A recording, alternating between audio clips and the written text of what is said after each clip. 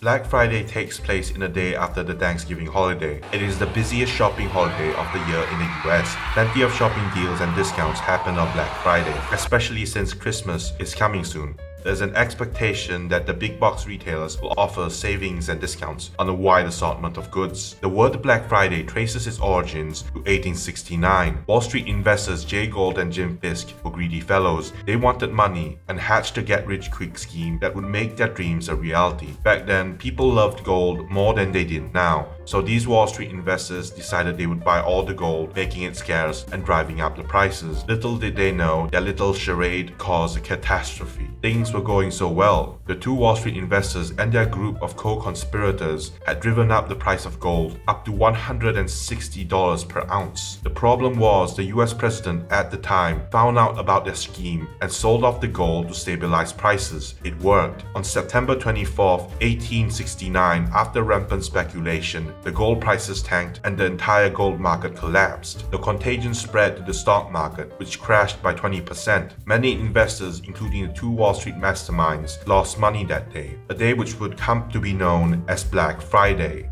Stores offering major discounts on the day after Thanksgiving has been going on for decades. Most stores were banking on the fact that companies were going to give their workers a day off on the Friday after Thanksgiving, so workers could come and shop at their stores. That is why it just made logical business sense to give deals to customers on that very day. Today we know Black Friday is the day after Thanksgiving. Black Friday dates are dependent on Thanksgiving dates, so most Black Fridays happen on different dates in November. However, back then Black Friday didn't actually have consistent dates. In the old days, Thanksgiving was celebrated on the last Thursday in November. However, in 1939, the last Thursday of November happened to be November 30th. This was bad for shop owners. Retailer associations were worried that they wouldn't be able to capitalize on the shopping frenzy after Thanksgiving. So the National Retail Dry Goods Association pressured the US President Franklin D. Roosevelt to move Thanksgiving dates a week earlier to extend the holiday shopping season. This got a lot of backlash from the people. Thanksgiving used to be celebrated in the last Thursday in November, so people were not happy at all. More than half the states decided not to adopt the holiday at the specified dates. The people called the fake holiday Franksgiving. The double holiday problem was only resolved in 1941 after Congress placed Thanksgiving on the fourth Thursday in November. The most widely accepted Black Friday origin story came from Philadelphia in the 1950s.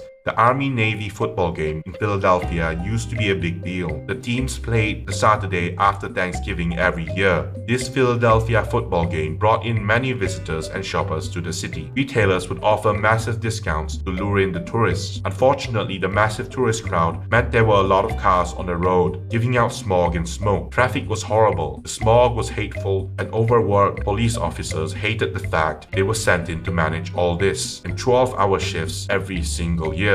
So the annoyed officers began calling the day after Thanksgiving Black Friday, after all the smog and problems that the Army-Navy football game brought about. The term became a Philadelphia slang for decades. Thus, the Philadelphia myth is the most widely accepted theory of Black Friday. In 1961, advertisers tried to rebrand Black Friday as Big Friday, but they failed. The problem with Black Friday was retailers loved Black Friday profits, but hated the term Black Friday and its origin story, which is associated with horrible traffic and smog. So in the 1980s, retailers tried to whitewash it by coming up with a different reason why the shopping holiday was called Black Friday. Back then, retailers would record their losses in red ink and recorded profits in black ink. Since Thanksgiving Friday gave them a spike in customers, they would make profits that day and record their profits in black ink. If they made enough money from that one day, they would be able to record the rest of their transactions in black ink until the end of the year, hence the name Black Friday.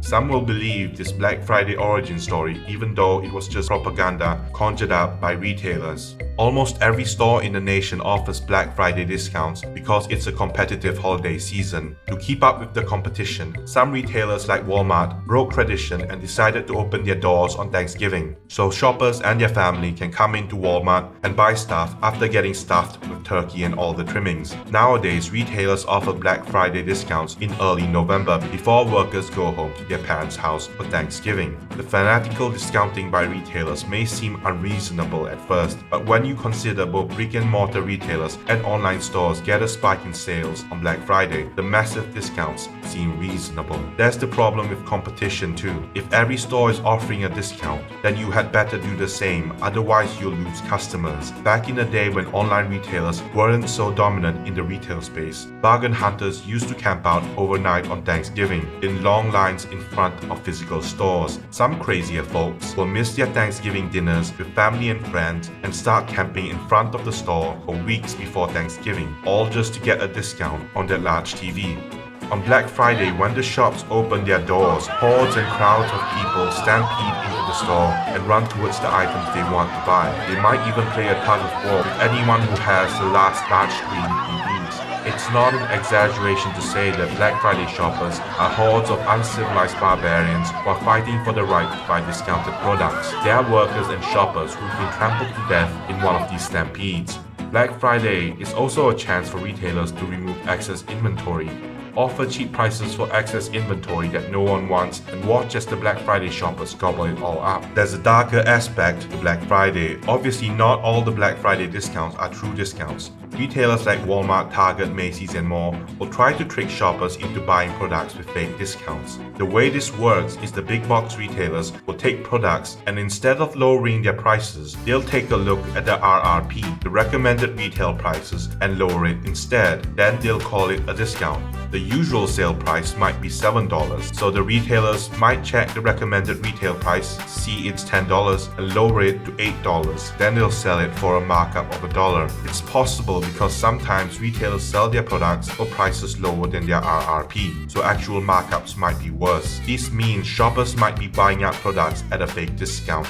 Amazon does this as well, so before you buy that TV at a 60% discount, go to a website like Camel and check the TV's usual prices throughout the year. See how much it's been discounted for before you make your decision to bring it home. Honestly, even without this shady tactic, retailers can often lure in customers by offering significant discounts, for example, large screen TVs, electronics, and expensive products. Once the customer is in store, there's a chance they might buy the higher margin products that are not heavily discounted. It's a similar strategy to how Costco has $5 rotisserie chickens and $1.50 hot dogs. Costco loses money when they sell those items, but they make money when customers lured in by the hot dogs, buy other stuff in store. Black Friday spawned many newer discount events like Cyber Monday, which takes place on the first day back to work after the long Thanksgiving holidays. Black Friday profits used to be privy only to physical stores, so online stores like Amazon wanted in on the action. Internet was slow back then, but online retailers observed tons of workers who went to work after Thanksgiving that were using the high-speed internet at their workplace on Monday to buy stuff online. So in 2005, after the president of the National Retail Federation, Alan Davis, officially coined the holiday Cyber Monday, Amazon and other online retail giants jumped in. They would pump up massive discounts on their online shops and encourage sales. These days, thanks to the multiple shopping holidays, Black Friday, Cyber Monday, and Giving Tuesdays have become inseparable. The only commonality is that there are sales in the entire month of November. Perhaps they'll start calling it Black November after the holiday shopping season. Thank you for watching. Like and subscribe.